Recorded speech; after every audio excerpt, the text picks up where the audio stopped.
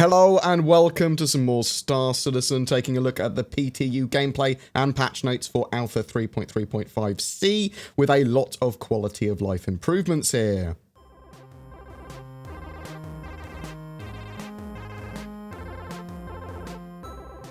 The patch is still in Wave 1, which is access to Evocati, subs and concierge. There is no ETA on when it will go to a wider testing group, or if it will go to a wider testing group. It potentially could go to live straight from this phase if all goes well over the next couple of days in testing. If it goes well, if they can get performance up, that sort of stuff, then it would go straight to live. The testing focus is currently on Hurston, Aberdeen, Ariel, Eta, Magda, Rest Stop Transit, Shopping and Assets, Lawville Transit, Landing and Shopping, and Recco Battaglia and associated missions. It also is generally NPC-based things as well. There's lots of stuff they're trying to do with that. So, feature updates. They updated the main menu background scene, which actually looks pretty damn cool. They set initial spawn point to be Lawville for all players joining in the game. So that's actually quite useful for some people. However, if you're trying to test missions, which aren't actually at Lawville and Hurston properly yet, then you have to go to the other side of the universe.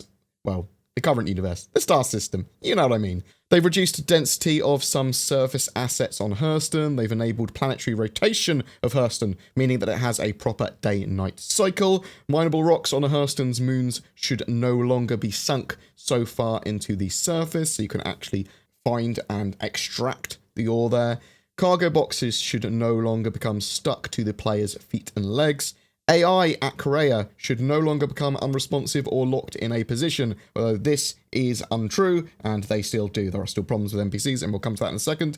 Admins should now consistently interact and respond to players. It is certainly better. On the servers that I went on, I was able to interact with my admins. People are reporting that it's still an issue, though.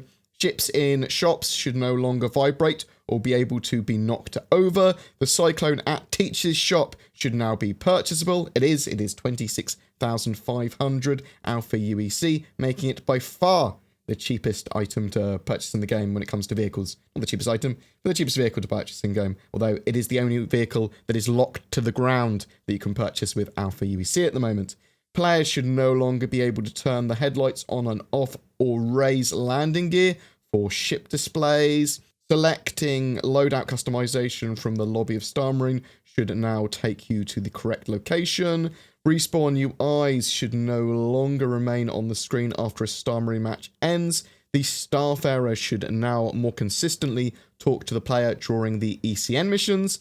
Crusader Security should now more consistently talk to the player during patrol missions.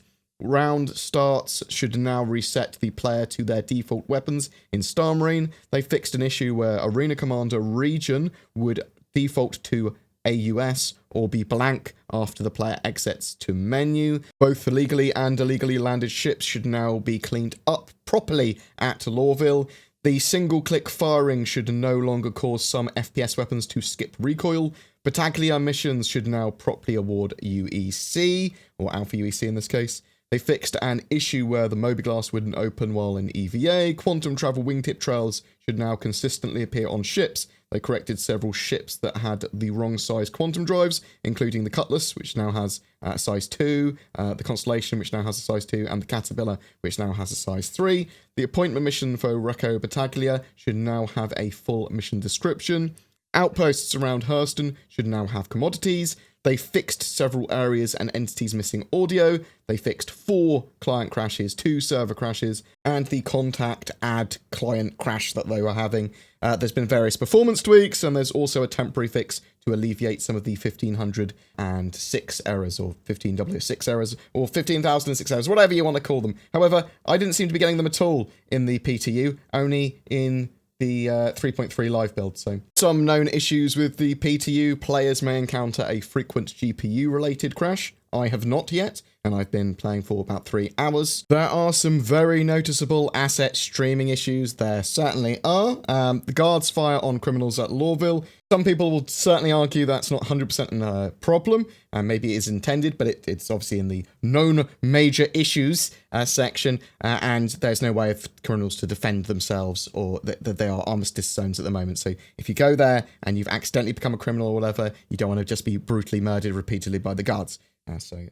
In the future, yeah, the guards will be properly fed into the criminality system, as will players, and you'll be able to do lots of things. But in the short term, that's not intended. Players are only given a brief flash of the restricted area VFX over Lawville at the moment, and shopping kiosks can cause the client to lock up, which is not ideal. So missions around Hurston and its moons still aren't really working, so they actually need to put those in and get those working before we have a live build. There is a lot of popping in and out of assets, as they identified in the major known issues. So this is like NPCs and walls and props all popping in and out of existence. The floors can be see-through sometimes as well. It is entirely immersion breaking. It's some sort of rendering or object container streaming issue or optimization issue or whatever. That should hopefully get fixed. Performance is a mixed bag as well. While in Lawville, I get 30 to 40 frames, actually more stably than I did previously. As soon as I leave, 80 plus frames, so as soon as I'm basically outside of the city. And then when I'm in space, 120 plus frames, lots of frames. It just needs to have that area of Lawville more optimized. Obviously, it's quite dense and there's a lot going on, and there's a huge amount of NPCs, of which large percentages of, if not all of them, are bugged. Levski had a few more frames actually when I was there. That could also be due to almost all the other players on the server being on the other side of a star system. I had my first rest stop quantum hop this patch as well, so I had to get my cutlass and go to 2 different rest stops on the way to Levski from Lawville. So, because I just didn't have enough fuel to get to my destination. So I had to actually consider my route. In the future, I'll just equip a better quantum drive. Hopefully the Cutlass can do it in a single jump, or more likely with just 1 stop rather than 2. This sort of thing isn't that annoying, really. It sort of adds to the game. Eventually it will anyway. So at the moment, there's not that much that happens between those truck stops. But it's okay as long as you're not constantly having to travel that long distance. If you're moving to an area from one side of the verse to another, one side of the system to another constantly, that's going to be pretty boring pretty fast. But if you're going to Lawville to Levski once a day or once every other day, and then spending a good few hours there doing missions or whatever, then it's not so painful and actually might add to the amount of money you'd make from hauling. I mean, a lot of people want a more chilled out, pretty experience, Euro Truck Simulator-esque, and be able to generate Alpha UEC or UBC from that eventually. But that obviously does require a lot more elements to come together, with escorts and quantum interdiction and players being able to work out what trade routes you're using and intercept you for piracy reasons, and there to be more dangerous areas, less dangerous areas, so players can go, well, I'm going to go this a more sensible route that means that I don't get attacked by pirates, or at least it's very unlikely, but obviously it takes me a lot longer, or I can go straight through here and it's unlikely I'll get attacked by pirates, but still possibly, and then I've got higher risk reward. But this also requires a larger universe and more commodities to trade and more potential to make money and larger ships for hauling. Lots of things like that all need to come together.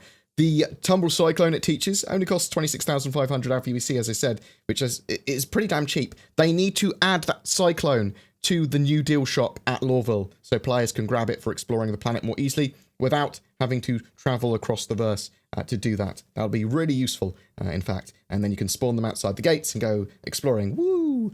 They are getting the mission givers like Greco Battaglia and admins in a state that is playable. That's what I've seemed to be focusing on here as well. This has been an issue for so long with Star Citizen, where those mission givers, NPCs, admin peoples, all become unresponsive. I want to be able to have accessibility to missions, and then for me to be able to complete those missions without the possibility of that mission just failing because the NPC doesn't want to take my package at the end. And I want to be able to talk to Recco Battaglia, to Miles Eckhart, to Ruto, get those missions consistently and play the game. That's what I want. I want to be able to play those missions that are in the game. I don't want AI just going AFK, basically, like they have been. But as I said, AI and NPCs do seem to be quite a big focus for them at the moment. They need them walking around and working at Lawville and Hurston. They're trying to get those FPS AI in as well for those missions. Hopefully they'll have them in the PTU in short order. Yeah, accessibility to missions, please, ASAP. Planetary rotation for Hurston is in as well, which means we get night time at Lawville now, which is very pretty. Mining is accessible on the surface now as well. The patch adds a lot to this. But obviously, we still need a lot more. We need missions, and we need a load of fixes. So roll on, patch 3.3.5D.